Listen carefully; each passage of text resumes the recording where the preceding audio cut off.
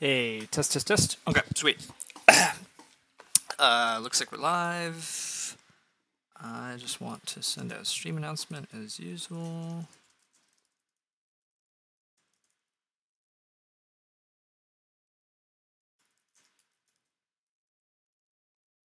Okay. Yeah, so I blabbed a lot earlier today about ranking all of the WBC teams and some other stuff. Just to quickly summarize what all this is about, WBC is the World Board Game Championships. It's my favorite board gaming convention. It takes place over 9 days in kind of rural Pennsylvania.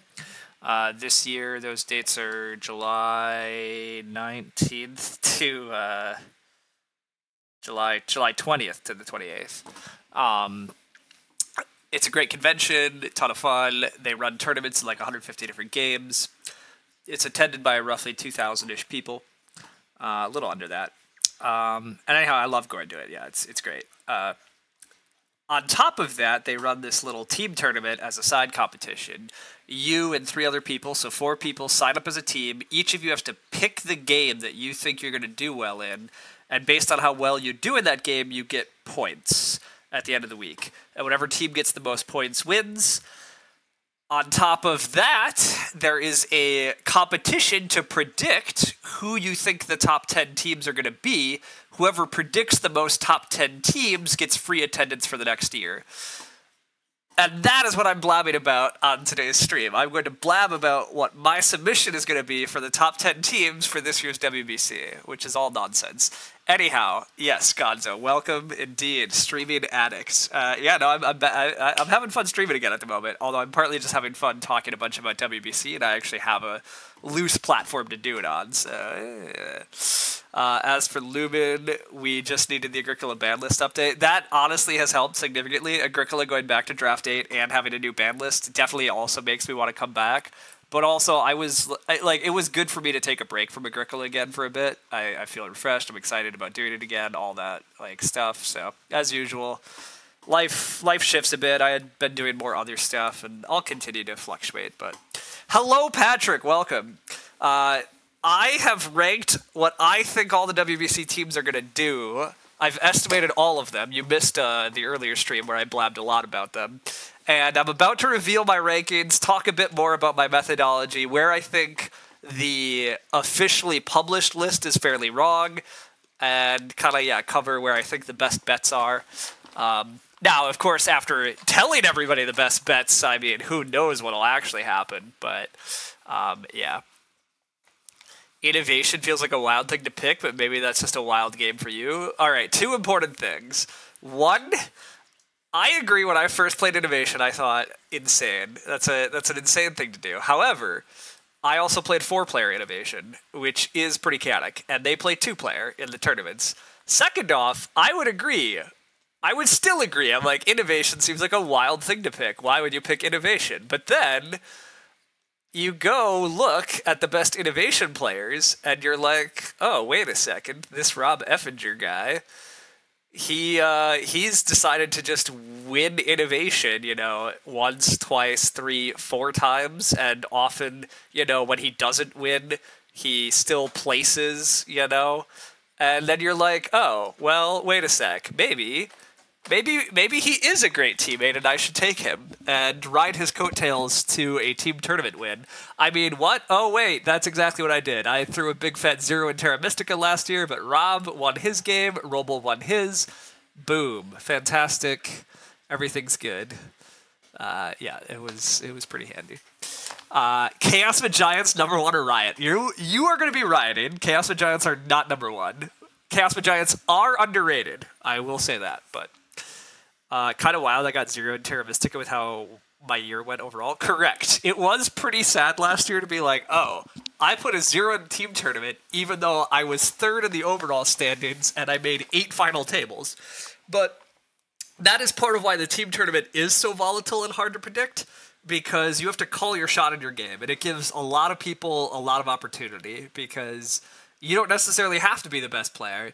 If it was just overall skill, one of the teams, the Siegelman, has 4 very good players. They would be in the top 10 almost always because combined they're going to wind up putting a lot of results over the course of an entire week and taking their whole thing. But when you take only the game they pick, anything can happen. And it's kind of part of the fun.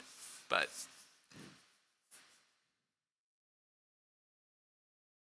turns out I did last year and I got burned. Oh, yeah, that is actually a good point, Patrick. Yeah, I did. I also showed my list last year, and Chaos Giants was my #1 pick last year. And indeed, you guys did not. You did not return top 10, and I had 3 picks in the top 10 last year. But anyhow.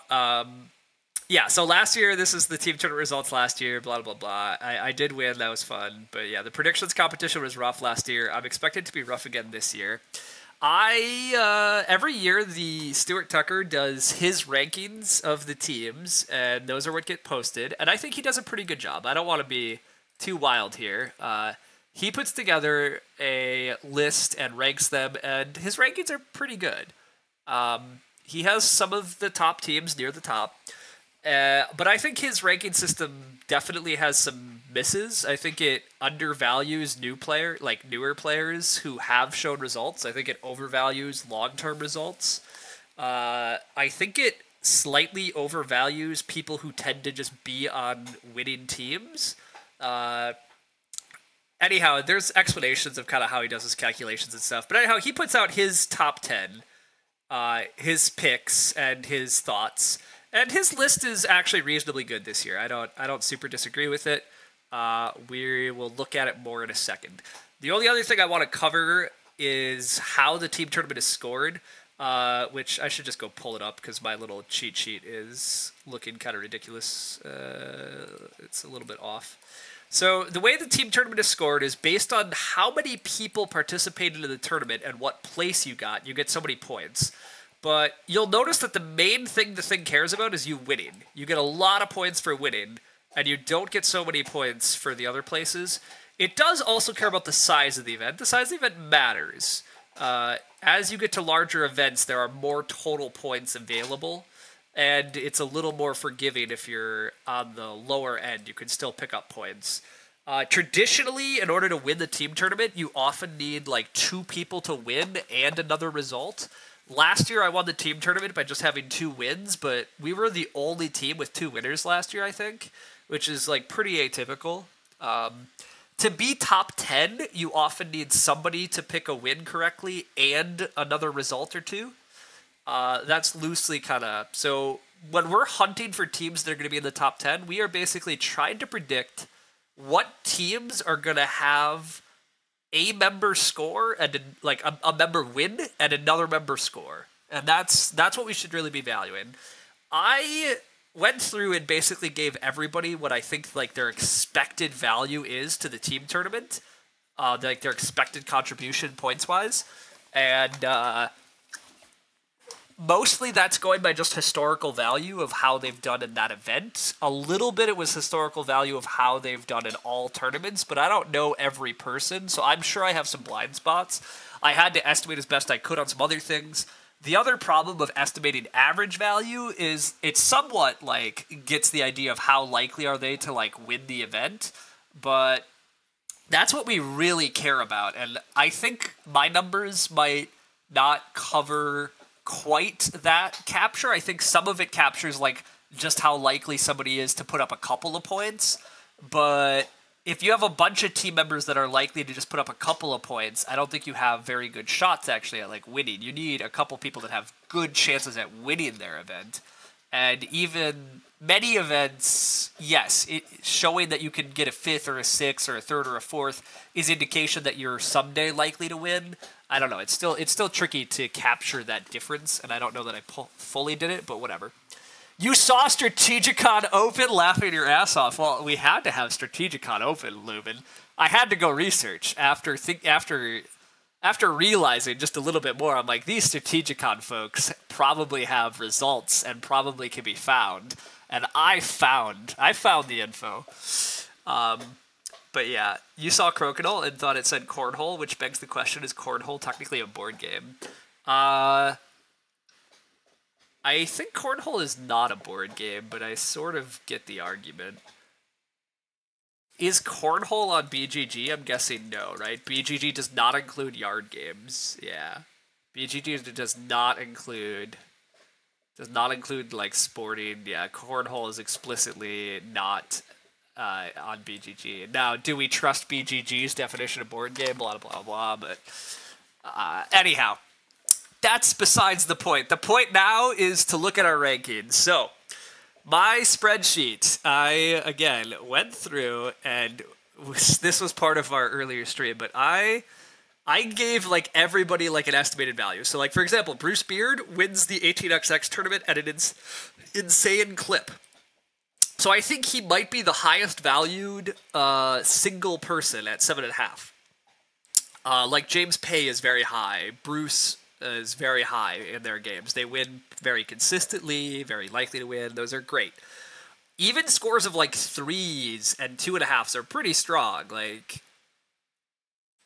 getting 3 points in the team tournament is, on average, like, to average 3 points in the team tournament means you need to, like, win your event every 3rd year, or maybe every 4th year, depending on how big it is, and do places otherwise, potentially. It's hard to say, but anyhow. Lumen, are these alignments tilting you? The alignments on tab C are annoying, I agree. I don't know why they got the way they did, but not really, to be honest. It's fair. They mildly annoy me, but I also didn't really care. Anyhow, my spreadsheet then has taken everything and we have sorted. So my team rankings output as this. Now, it's a little hard to know what these teams are, so we'll look them up in a sec. But I also decided to look at where my differences are with Stuart's rankings, so we'll talk more about that in a sec. But I'm going to go through my top 10 teams and see how I feel about them now that my spreadsheet has output what it claims. I'm going to move my spreadsheet kind of off screen a bit, or maybe on the side of the screen works. Yeah, I guess the side of the screen works because this web page is not very wide, so I can probably get it all together. Oh, yeah, I can get it all there. That's fine. Okay, so I agree that the Harry B's are very likely, mostly because Bruce Beard is so dominant at 18xx. It's just a really good bet. But the rest of this team is pretty strong. Harry, Bruce, and Ken all have legit chances in their games. But even if Bruce just wins 18xx and one of them does anything, they're likely to be in the top 10. So I do consider the Harry B's to be the best bet. Sweat Hogs are my second best bet, and this is where I do think the handicapper has some weird misses. I don't know how they're ranked 17. Lumen took second in Wingspan last year and has had plenty of other overall success at WBC. Carl has had a lot of overall success at WBC. He won the play by email for Splendor. Now, I think it's easy to miss that he won the play by email. I don't know if that's been published yet. And Splendor is pretty unpredictable, so I sort of understand if he has Carl a bit undercounted. But Chad has back-to-back wins in Navigador over the last 2 years, and AJ has never failed to make the Through the Ages finals at WBC, and has won, like 3 or 4 times. He's, like, lifetime leader. Like, he's stupidly good at Through the Ages, and stupidly good at games overall. So, I was going to have the Sweat Hogs in my top 10. I think, yeah, it's a very good bet. Uncivil Servants, this appears that I agree. This is one of the top 10 in his rankings that I agree with. Really, this is just a pretty strong group. Many of these people have won their event in the past. They're all strong in their event. I don't think any of them are as close to locks as the others, but I think they're all competitive, and that definitely helps. School of Sharks, I feel very similarly about. Michael Dower and Drew Dean are both guys that have been on like the overall console leaderboards in past years. Again, all of these guys are ranked in their games, and I value that. So, labels. What do you want about labels? You want labels at the top of my columns? That's just not gonna happen. I'm sorry. I know what all my columns mean. Other people don't need to know what my columns mean. I need to. I guess I am showing it to others, but whatever. If you're listening to this, it's your fault. Terraformers. Team Terraformers is my team. We won last year. Now, is betting on myself again maybe foolish? I don't know, but I'm gonna do it. I think Andrew Martin has been playing a ton of Terraforming Mars and is sneakily reasonably likely. I think he has a lot of chances in here. Eric Freeman always has some chances in Amun Ray. Rob has proven very good at innovation, and I've played a bunch of Beyond the Sun and feel pretty good about it. So I think we all have legit chances here too. So, all right, what other team do I like? I apparently do mostly agree with the handicapper. Looking at this though, look at these ranks. Like the only really interesting things in the top there. I mean, I guess there is some interesting stuff. Like Band of Fools, I have much lower. Even though it's ranked quite highly. But for the most part, I do agree that the top 10, I guess, is pretty strong here. Team 11, I like a decent bit. These Titan players do pretty well on average. And Terry in Superstar Baseball is a pretty good bet. Nest of Spies, always a good bet, mostly because of James and for the people. But these other players all have chances in their games. I don't know about this Dude Imperium pick though. I'm not sure I'm going to pick Nest of Spies. This is where we're going to loop into our discussion about average value versus like how likely I think people are to win. One of Nest of Spies' problems to me is that I don't know that I'm super convinced in the other three people winning their event. And this team might be getting kind of carried by the fact that I think James wins and the others might pick up a couple of points. But if we look at the like distribution of scores, we're really trying to find the teams that are likely to have a high year and pop into the top 10. So I don't know if this is the right bet, but what are these columns exactly? Oh, we'll get there in a sec. You figured it out, but you want labels? Fine. We'll add. See, is adding a row gonna screw up my formulas? Hopefully not. Okay. All right. Team name. Estimated points. This is the handicappers ranking, not mine. My ranking is the order they're actually in over here. So my ranking would be the column you can't see. My rank. I mean, you don't need to see my ranking because they're in numerical order. The things are in order of what I'm ranking, and then difference you don't really need to see. I'll talk about it in a sec. But that's what we have going on. What on earth are we looking at? We're looking at WBC stuff. I already explained earlier in the stream, so I'm not going to repeat this time, but... And indeed, Google Sheets did not screw up, which I kind of expected them not to screw up. I just was hoping that it didn't. Anyhow, yeah, so what was I talking about? Yeah, Nest of Spies. I don't know that I'm going to put Nest of Spies on my list yet. We'll see. The Siegelman, again... These are just four very good players that always have chances in their variety of events. But again, I don't know. We'll see. I'm a little hesitant to actually pick Siegelman. I might reach for some of these ones below. The other thing is to actually win the handicapping contest. Again, you kind of need to pick... I mean, you ultimately just need to pick the teams that are actually in the top 10. But to win the contest, you really need to... You often need to like pick that one or two unexpected teams that are up in there that other people didn't really pick because that gives you a big edge, obviously. Anyhow, Rob doesn't know. I still like their team, even though their team name baffles me. But, I mean, Chris is very good at games. Eugene's very good at games. And both Christian Wend and Brandon have put laurels into their events. Like, these are all people that have laurels in their events in recent years. That's pretty good. The top-rated team... This Boys of Beechin, I'm okay with. Again, I don't think it should be the number one team, but it's strong. And that's my top 10. I guess I have a lot of teams tied at 9.5, so I do have some picks to make here. Coat Racks and Hats. This is a team that I might want to bet on, mostly because I do still think this Crocodile pick could be sneakily meaningful, but this Carcassonne team member, I think, is not that likely to... win Carcassonne. I think it's very hard to win Carcassonne, and history doesn't suggest they're necessarily going to. And that does scare me. Mafia up front. So the top-rated Mafia team I apparently do like. And indeed, we have up front there, but This is a team of, yeah, this is a lot of more wargamey stuff that I'm not as familiar with, but apparently I rated it well. And then Los Lobos Locos is the Wolves. Again, I don't like Trish going for Sagrada. I'm very worried about that Sagrada, but Ray on St. Petersburg, Jack on Dune Imperium, and Sam on Concordia is very strong. So it's definitely tempting. All right. I'll go through Chaos Magiants, and then we'll talk about differences in a sec. But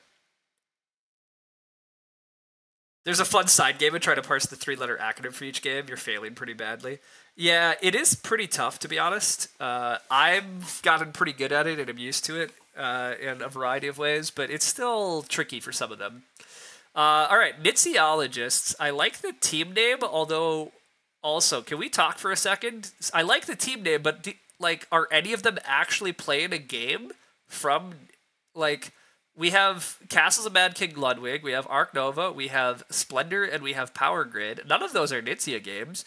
The convention has freaking Ra and Amon Ray and Tigris and Euphrates. You could have an entire team of people playing Nitsia games, and yet we don't. We just are using the name. Again, as a team who has an actual slight theme and thing, we have Terrafarmers playing Terraforming Mars, Amon Ray has Farmers, Innovation has Farming, Beyond the Sun has Terraforming. We got a thing and we stuck to it. And we won last year. I'm encouraging teams to think about this. I'm going to claim it matters. And so I'm unwilling to bet on the Nitsiologists who have spurned Dr. Nitsia. I can't allow it. I can't condone it. So even though my math says that they're a reasonable bet, I'm staying away. I don't believe. Central Florida Gamers, Susan and Jeff. I think this is a sneaky good team here. Although they're ranked 14, so maybe not sneaky. Seven Springs Ski Team. I also like a decent bit. I don't know about Kurt on Beyond the Sun, but this 1775 is good. The rest of them less clear, but this is their ringer on this team. Once I looked up David's 1775 history, that's pretty good. Me and Three Stiffs. What did I remember looking up from them? Oh yeah, this is just a solid team that has shots for sure in some of their events. And then I did want to talk about Chaos Magiants, and then actually I do want to talk about. I guess I probably slightly want to talk about why I don't trust Band of Fools anywhere near as highly as they're rated. But Chaos Magiants are way too low, for sure. Patrick won the Great Western Trail online event. I suspect the handicapper does not does not take into account play-by-email events, but I believe they're indicative of skill. So, Patrick got second and won the play-by-email, so, this is a great shot. Chris has made finals the last 2 years of Concordia. Luke has won Root before. Dan has done well in Russian Railroads. This is a pretty strong team. I agree that none of them are super locks to win the event. None of them are 5+ points, but all of them have legit chances. So anyhow, the real challenge is the wargame acronyms. Yeah, you could also have a team where you don't have any redacted. I don't know. What is BSN? Beyond the Sun. Dan is very strong in Russian Railroads. Correct. But yeah, BSN is Beyond the Sun. Anyhow, yes.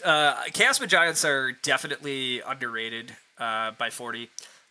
Quickly going over my top disagreements with the handicapper. Chaos Magiants are one of the bigger disagreements with a 22 place difference. Strategicon is also one of my huge differences. Strategicon is way down here at 55. There they are. I kind of understand this because WBC history, the only WBC history I found was Jack Munson, really, in Power Grid. But this is where I went and explored the Strategicon rankings. And it appears this guy has won the Agricola tournament at one of the Strategicon events. Mike is listed all over the place in the top 3 of various games. And John shows up a bit in some of the Catan stuff. So if they're winning tournament games out west, tournaments out west versus but WBC tournaments aren't that different. You have a different player base. I suspect the level of competition is maybe slightly higher at WBC, but if these guys are proven consistently competitive over in Strategicon world, I'm sure they should be rated higher. Now again, how is the handicapper going to know this without looking stuff up? He isn't necessarily, but I suspect Strategicon's way underrated. You were looking at the official rankings now. Sweat Hogs are 17, correct. Sweat Hogs are one of my bigger differences. We're about to cover them. I just did 33. Chaos Magites was a 22 difference. I have a 22 difference on Farm Table. Not that this matters a ton, but Farm Table is rated 32. But given that Michael Asante and Sid are not eligible for points, there is no way Farm Table is this high. Now, to be clear, if both of these guys were eligible, Farm Table would be up there. This is a very good team overall. But with two of their members ineligible, I mean, they should be way further down. I also think they should be further down because I think John on Raw is just not a very good bet. I think John's a very good player overall, but I think betting on Raw is wrong. But anyhow, you're not in. I mean, you know you're not in. You understand that. Like, it's fine. That's Cities and Knights. Yes, C and K is Cities and Knights. I kind of figured that you accepted all these, like, not even promising you'd play your game. You would never even bet on us because you might just not play. I agree. That's fair too. So anyhow, Farm Table is definitely overrated. Let's see. So that was also a 22 rank difference. I have several rank differences in the 10s and stuff, but Sweat Hogs comes in as the next biggest disagreement. Sweat Hogs at 17 is wild to me. This team is, I think, much better than that. But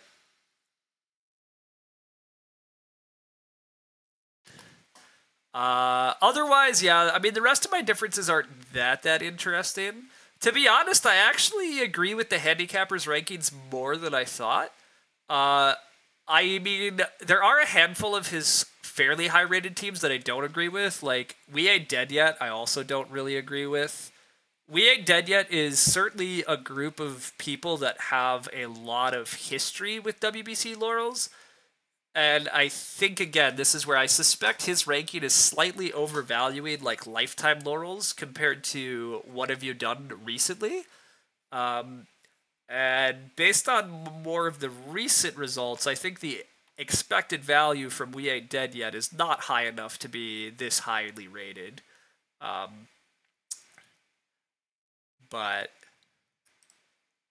anyhow, I have to actually pick my top 10 here. So I did want to refresh myself on who was in the top 10 last year quickly, just in case there's anything to really be gleaned.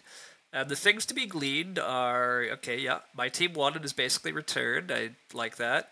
Andrew Martin put up some points last year and is on my team now. Chad put up some points and pushed his team into the top 10.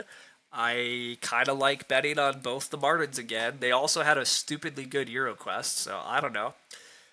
Schooled by a Fool is this team of Tom Druding and Michael Dower and Alex. I don't remember what they were called this year, but I had them in my top 10. I'm going to keep them in my top 10. I think this is a good group to keep betting on. So you're telling me there's a chance. I think this is more fluke than repeatable. I mean, maybe Arc Nova win again, but I think that's less likely. Also, I do think last year, like, you could sneak into the top 10 a bit easier than I think it's going to prove this year. I think last year had less teams sign up, which means that it was easier to predict. Is that true? Did we have less teams last year? No, we had 61 teams last year. Okay, well, I could just be over-claiming how much it takes to get in the top 10, but as you can see, basically, like, a win and another result, or even just a win, was enough to make your way into the top 10. So we're really just hunting for teams that have likely winners. But like, indeed, here's this Seven Springs ski team that basically is in the top 10 because David Schneider does very well at 878 historically. Okay. Also, we see that Carl helped carry a team to not top 10, but into 11th place last year. And he now has been poached by a bunch of other very strong players. So, again, I'm very interested in that. And then here's this loose team that I've been saying looks good to me with Terry James and Superstar Baseball and these guys on Titan. So, yeah, I mean, I'm willing to bet on some of those teams again, I think. So I'm about to get this going. But you didn't know you had to pre-register WBC to be in the team tournament? Yeah, I mean, Mike didn't know that either, and I let him know that once he told me. But, like, it is kind of a dumb rule. You also thought you'd pre-registered, but the website to register is still bad. You got annoyed with it? Yes. Yeah. I mean, to be clear, I'm obviously with all of you that the website still needs a lot of work. I hope WBC updates it. I hope it gets more modern. I hope, yeah, it gets way smoother about, automatically giving you an update. I really hope they look into some stuff.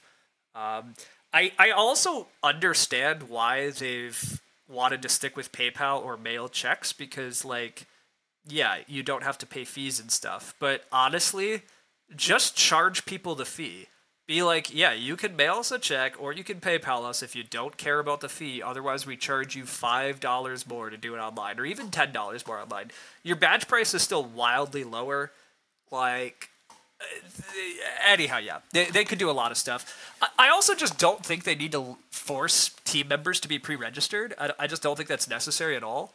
But, if they want to keep that up, I guess whatever. But I think it's just a rule that's just in there from the past, and I don't see a reason for it. So I would change it, but charge a bit more and give the badge holders for free too. Having to pay $1 for it last year sucked. Just like, yeah, just mentally it's like dumb. I'm on board with that too, but I don't care about that one as much. Like, whatever, badge holders cost money. You pay some to get her. The fact that you need a badge holder, that part is, I guess, a little dumb. There should be, I don't know, whatever. Anyhow, I'm also fine with them charging a little more. They've not raised their prices in for so long, and that's great. That's one of the things I think a lot of us do love. This convention tries hard to, like, keep their costs low, and I do appreciate that, but there's a line where, like, okay, you don't have to keep your badge price at $100 every year. You can raise it a little. It's fine. You're still way cheaper per day basis than any other gaming convention that I know of. So, but anyhow, I need to pick some teams. I'm picking teams, and then we'll actually wrap this stream up. Yeah, I'm gonna stick with the Harry B's as number one. Well, do I actually want to put them number one? See, this is where it gets interesting. I think the Harry B's are very likely to be in the top 10, but the order you put the teams in does mildly matter, because if you pick teams in exactly the correct position, that's the first tiebreaker, and that can matter. Because the only thing that we're counting is how many teams you got in the top 10. So in a lot of years, there's going to be multiple people tied. Now, predicting teams in the exact spot is tough. But, for example, I continue to think Harry B's most likely outcome is Bruce Beard wins, and these guys pick up a couple extra points. That puts them into the top 10, but not winning. And I think that's how I feel about them still. So, like, I like Harry B's, but I don't know that I like Harry B's as number one. Sweat Hogs, on the other hand. Sweat Hogs number one, I think I'm on board with. Alright, I really need this to be in a spreadsheet so I can drag things around, not a notepad. Yeah, I need more tabs. Alright, more tabs on my WBC giant spreadsheet. That's clearly what we require. I can just... Nope, new tab. We need a new tab. That's clearly what makes the most sense, obviously. Alright. Okay. I like Harry B's, but yeah, I'm going to move them away from number 1, I think.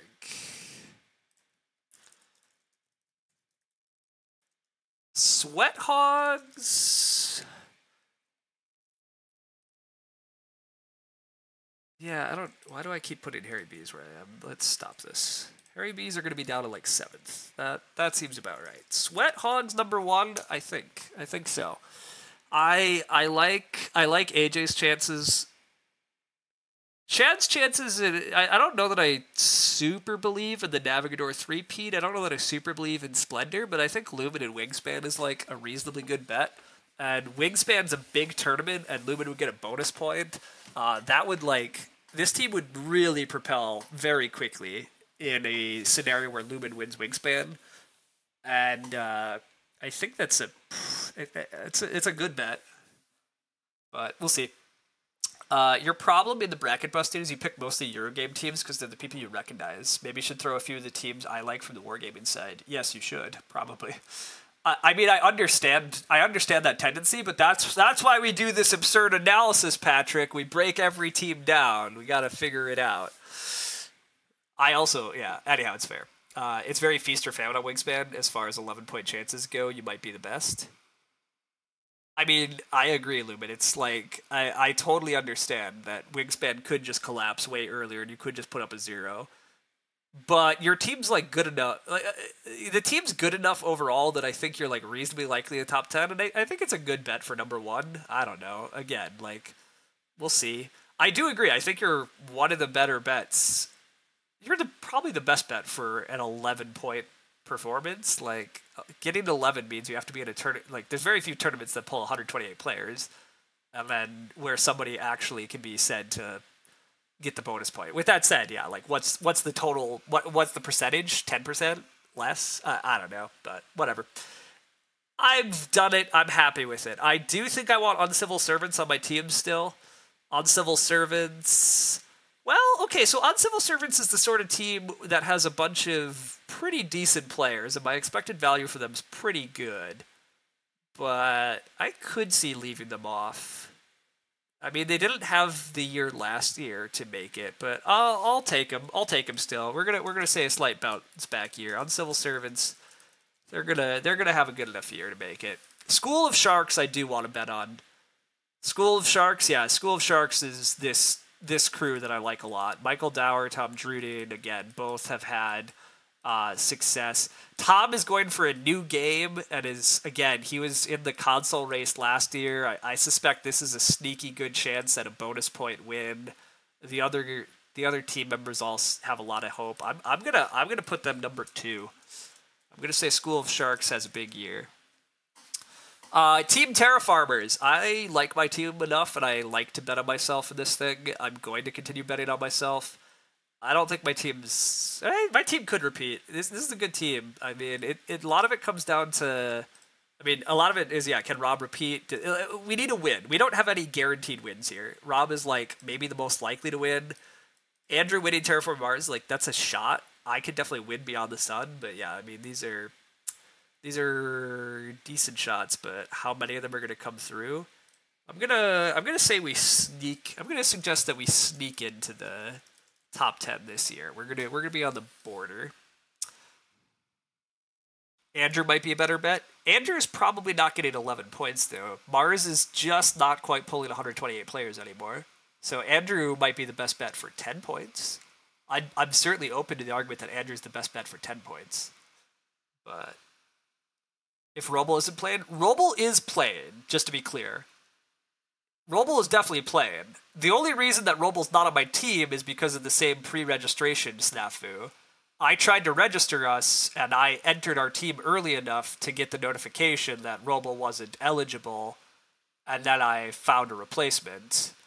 And it just so happened to be very funny that replacement was going to play Terraforming Mars and talk about it. In fact, it's relatively funny because when I reached out to Roble to confirm his game was Mars, he even was like, "Yeah, I'm gonna go for it again. We'll see how it goes, but who knows?" And I was like, "Oh yeah, Andrew's been grinding it, and he might win." And we were both like, "Yeah, the kid's gonna start winning everything." And It's funny to me that we had that conversation and he's already now been kicked off my team for the kid before any results even came in. But that's what happens when you don't pre-register, Roble. That's what you get. I had to kick you off. You did it to yourself, sort of. Okay. How do I feel about MIT SGS? Do I actually want to take them? I do like Terry on Superstar Baseball, and I do like these tight end possibilities. This is a team that definitely has been in the top 10 in some past years. I will take them again.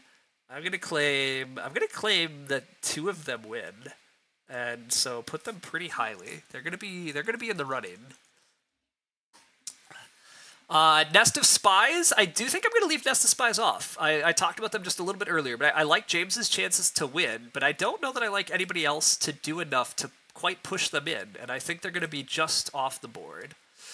Siegelman, I think I will take them. They didn't make it last year, but these are just 4 very strong players, and all of them have shots in their game. I mean, again, I don't really like betting Shadow and Agricola, just because I don't like betting anybody in Agricola. But betting Andrew on Concordia, Steve on Scythe, and Randy's been playing a lot of Arc Nova. I like betting on them to make it in. I don't like betting on them to be that high.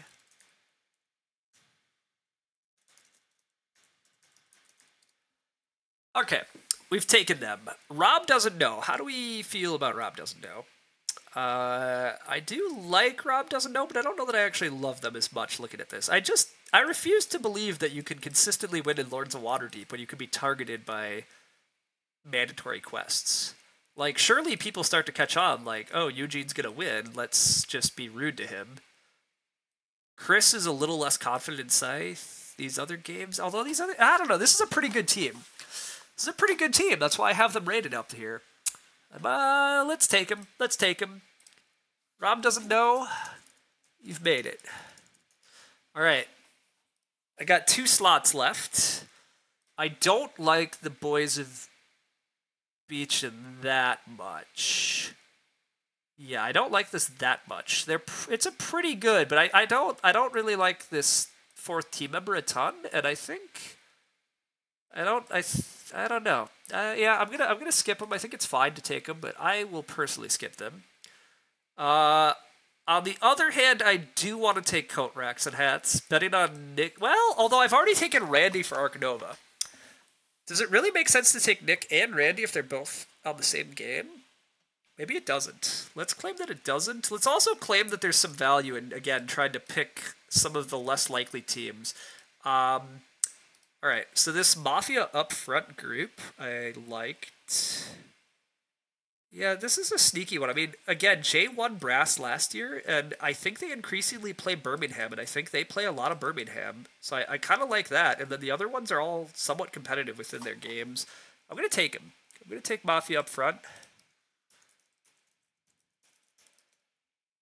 And that leaves 1 slot left. So I like Los Lobos Locos. I like Seven Springs Ski Team. And I do still like Chaos Magiants. I think I gotta bet on Chaos Magiants again. I do also kind of want to bet on Los Lobos Locals. I do like Jack back-to-back Dune Imperium. I like Sam Wolf and Concordia back-to-back second places. Ray has been pretty good at St. Petersburg a lot of years, but yeah, this just Sagrada, I just don't like the Sagrada entry. And I think that limits the upside too much. Yeah, I'm gonna swing for Chaos Magiants. I'm gonna take it. Chaos Magiants 4th.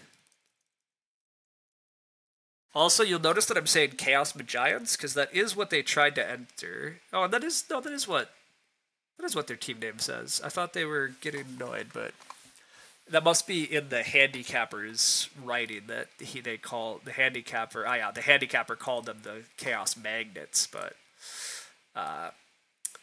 I mean, to be fair, Magiants is not a real word, but it's an inside term. It's like a joke thing. All right, how different does my group look to the handicapper? The handicapper is taking the Nitziologists. I think that's defensible, but as I said, I actually can't defend the Nitziologists. They have no Nitzia games on their list. It's just unacceptable team naming. If they win, it's just wrong. Coat racks and hats, that's a reasonable bet. Los Lobos Locos, that's a reasonable bet. Dice loving Canucks veterans. Okay, so this is a thing where we should talk quick.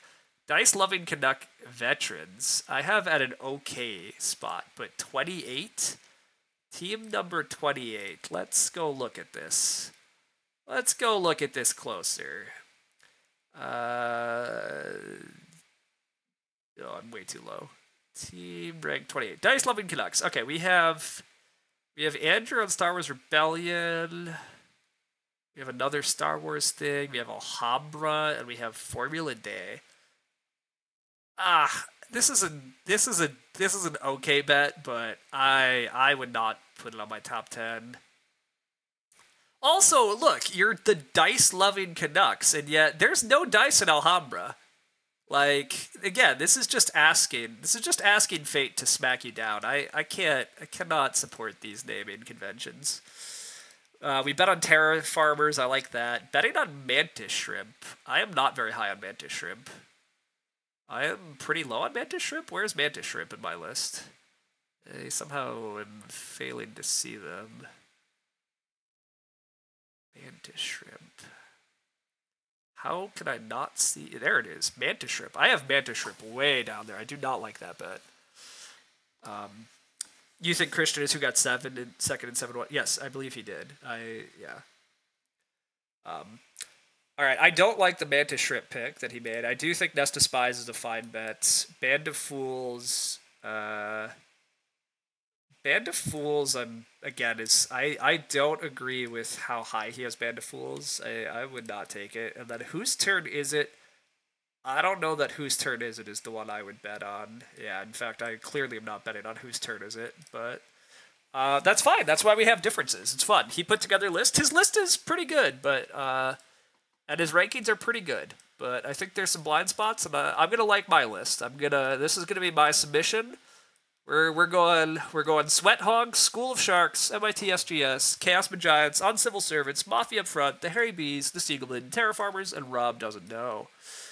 Again, now I do have to admit I'm making all this stew about team names, and I still did make a stink about Rob Doesn't Know as a team name, and I still do have a slight complaint. Like, what does Rob not know this year? Last year it made sense. Rob was on your team. He didn't know what his team game was. That was funny. That was good. But keeping the name Rob Doesn't Know, I'm particular about this stuff, but I'm dubious about that. But whatever. I'm still gonna take him. I'm gonna be comfortable with this. This will be fun. Yeah, I'm really looking forward to WBC. I'm looking forward to it all. I plan to wrap this stream up shortly, and I'll probably actually upload it to YouTube pretty quickly, and then maybe try to share it on the WBC channel. So if anybody's watching some of my content for enjoying hearing me blab about WBC teams and thoughts, glad you joined in. Looking forward to seeing everybody in a couple weeks. Yeah, I don't know that I have much else to say. I mean, I've said way too much about WBC teams today, but I've had a lot of fun doing it. So, and then yeah, anybody who's trying to get some maybe sneaky ideas of other people that I like, this is my overall rankings. I suspect going from these rankings is more likely to catch the top teams than the handicappers rankings, but you know, it'll be slightly fun to find out at the end of the year when they post the overall rankings. It'll be interesting to see how my rankings of the where my top 10 fall in my list compared to where the top 10 fall in his list, and see if there's meaningful difference or not. Honestly, again, our top 10s do overlap more than I would have necessarily guessed, but I do mostly agree with the teams he has put into the top 10 of the rankings. So, yeah, I don't know that I have much else to say, I guess. But thanks everybody as always for hanging out, chatting. I'm looking forward to seeing so many of you at WBC. For people that want me to return, to actually streaming board games, I probably will get in a stream of a board game tomorrow and return to more normality. Maybe not tomorrow. We'll see. I'm in the spirit and I'm excited, and I got a lot of my other WBC prep out of the way. So I do kind of I have tons of gaming on the mind, But actually, I'm probably playing games in person some tomorrow, so maybe no stream, but we'll find out. Yeah. Anything else? I don't really think so. So yeah, again, thanks everybody for hanging out. Thanks for chatting. Looking forward so much to seeing everybody, to competing, seeing how it all goes. Best of luck to all. Yeah, I'll see everybody hopefully in a week at WBC. Later, all. Bye.